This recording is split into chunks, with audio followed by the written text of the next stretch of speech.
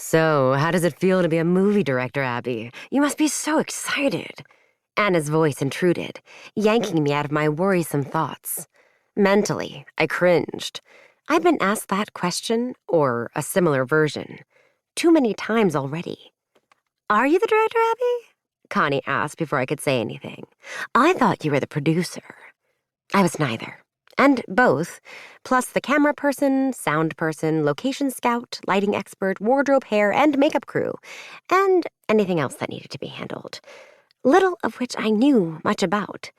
I'd been promised an experienced film crew, but so far, I was running a one-person show. I'd been volunteered for a number of projects since I'd arrived in Hideaway Grove, and this was the latest. I was okay getting involved with the town while I got my own business up and running, which, like the film project, was proving harder than I'd thought. Director, producer, whatever, Anna said, and waved a spool of green thread around. That movie you're making for the town's website will showcase everything Hideaway Grove has to offer and get more tourists in here. It's just what the town needs.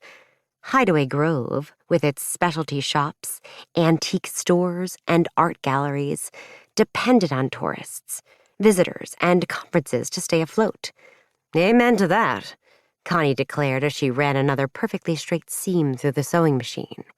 We were in the sewing studio I'd put together in the big storage room in my Aunt Sarah's bakery, working on pillowcase dresses, a charity project I headed up. Like Connie's fabric store and Anna's thrift shop, Sarah's Sweets had been a mainstay in Hideaway Grove for decades. Connie and Anna, who were in their 40s, along with Sylvia, one of our librarians, were seated at the sewing machines I'd set up on banquet tables. We'd sewed dresses out of gently used pillowcases that we donated to the church. Several times a year, volunteers traveled to Africa and distributed them to girls in remote villages. I should have been sitting and sewing, like the others, but I kept pacing the room, keeping an eye on my embroidery machine, which was set up on another table, and peering through the open pocket doors into the adjoining bakery. Jody, who worked part-time, chatted with the customers in line at the display case. My Aunt Sarah stood at the big work island in the kitchen, tapping on her phone and frowning. Until lately, I'd rarely seen her frown. Now I rarely saw her smile. "And you're making the whole movie using your phone?" Sylvia asked.